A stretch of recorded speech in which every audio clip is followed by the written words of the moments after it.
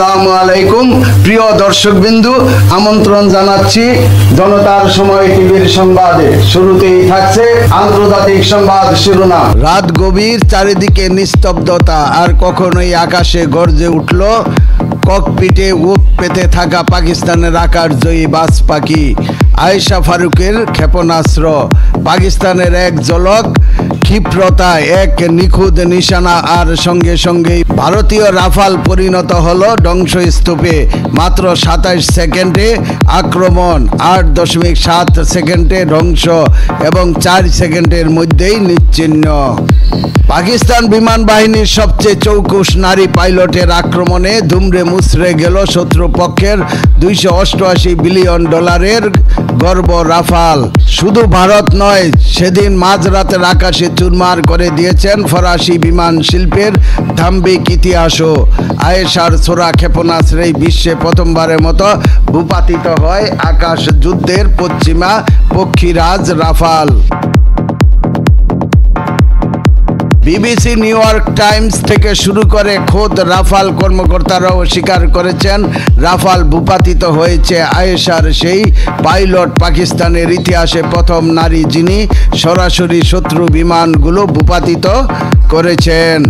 এটি AIM-120C AMRAAM ক্ষেপণাস্ত্র ছুড়ে দেখিয়ে দিয়েছেন নারীরাও যে কোনো ক্ষেত্রে পুরুষদের সমান দক্ষতা অর্জন করতে পারেন। ভারতীয় রাফাল ভূপাতিতের ঘটনা শুধু সামরিক দিক থেকে গুরুত্বপূর্ণ নয়, এটি পাকিস্তানে নারীদের ক্ষমতায়নের এক মাইল ফলক বলে মনে করছেন বিশেষজ্ঞরা। যুদ্ধের ইতিহাসে প্রথমবার এক নারী পাইলটের হাতে রাফাল হারালো ভারত। যে আকাশে এতদিন পুরুষের একাধিপত্য ছিল, সেই আকাশে এবার নারীর শক্তির গর্জন শোনা গেল। পাঞ্জাবের বাহাওয়ালপুরে জন্ম নেওয়া আয়েশার ছোটবেলা থেকেই সামরিক পেশার প্রতি টান ছিল। মাত্র 3 বছর বয়সে বাবাকে হারান আয়েশা। মাই তাকে কঠিন পরিশ্রম আর প্রতিযোগিতার মধ্য দিয়ে বড় করছেন। পাকিস্তানের মতো একটি রক্ষণশীল সমাজে, যেখানে পুরুষ অভিভাবক দ্বারা বেঁচে থাকা কঠিন, সেখানে আয়েশা বড় হন আত্মবিশ্বাস ও দায়িত্ববোধ নিয়ে। এ থেকেই আয়েশা সিদ্ধান্ত নেন তিনি একজন ফাইটার পাইলট হবেন। মা ছিলেন পুরোপুরি সমর্থনে, যদিও আত্মীয়রা শুরুতে তীব্র আপত্তি করেছেন, কিন্তু কারো কথায় থামেননি আয়েশা।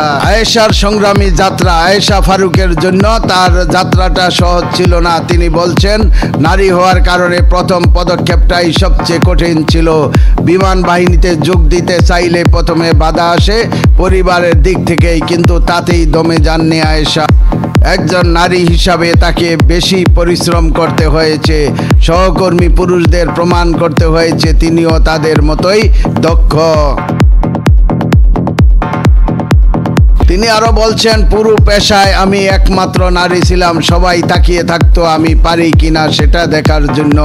তবে আয়েশা জানিয়েছেন, পাকিস্তান বিমান বাহিনী কখনো তাকে নারী বলে আলাদা চোখে দেখেনি, বরং সেখানে সব কিছুই হয় যোগ্যতার ভিত্তিতে। কঠিন প্রশিক্ষণ, অদম্য মনোবল। আয়েশা ফারুকের জন্য ফাইটার জেট পাইলট হওয়ার প্রশিক্ষণ ছিল অত্যন্ত কঠিন। তিনি বলছেন, শুরুর দিকে অনেকেই ভাবতো আমি হয়তো পারবো না, কিন্তু ওদের সন্দেহই আমাকে আরো দৃঢ় প্রতিজ্ঞ করে তুলেছে। আয়েশা আরো বলছেন, যুদ্ধ বিমান চালানো কোনো সাধারণ চাকরি নয়। এটা কেবল বসে থাকার কাজ নয়। একটানা পরিশ্রম, মানসিক চাপ আর শারীরিক ফিটনেস সব কিছুতেই সেরা হতে হয়। আমাদের দিন শুরু হয় ভোর 4টায়, কখনো কখনো রাত 12টা পর্যন্ত কাজ চলে।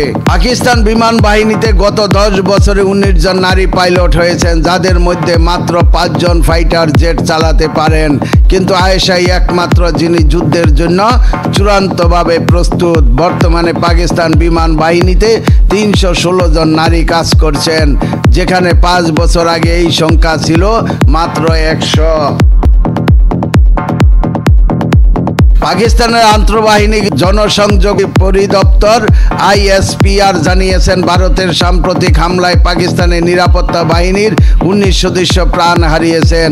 আহত হয়েছেন আরও 78 জন। একই সঙ্গে হামলায় 7 জন নারী, 15 জন শিশু সহ মোট 40 জন বেসামরিক নাগরিক নিহত হয়েছেন।